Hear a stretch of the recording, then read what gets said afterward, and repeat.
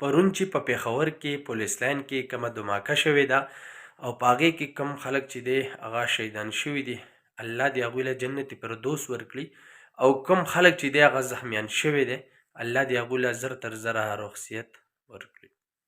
ملګرو ډېر زیات خفه یم ولې چې بار بار زموږ پښتون چې دی هغه وجلی کېږي او زموږ پښتون چې دی هغې ته دهشتګرد ویل. السلام علیکم ورحمت الله وبرکاتو. زه یم ستاسو ورور ستاسو ملګری احسان الله.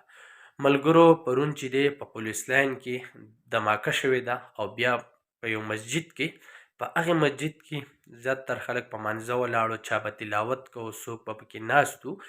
ملګرو مونږ چې خپل جومات ته ورشو که نه، نو تیزې خبرې نه کوو، تیز تله پکې نه کوو، ولې چې دې کې ګناه ده. او نن سبا زموږ په جوماتونو کې چې دی بم بلاسټونه کېږي، خلک پکې وجلی کېږي.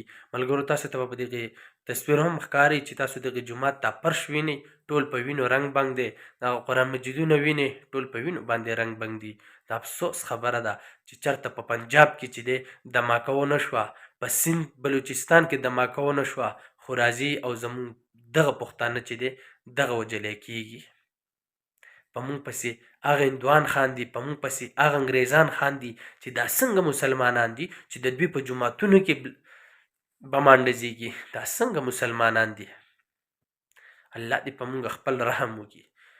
ملګرو ډېره ډېره دعاګانې وکړئ هغې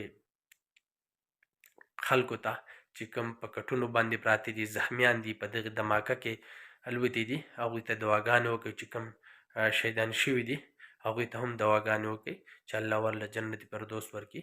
ما له اجازت هم راکړئ. السلام علیکم ورحمت الله وبرکاتو.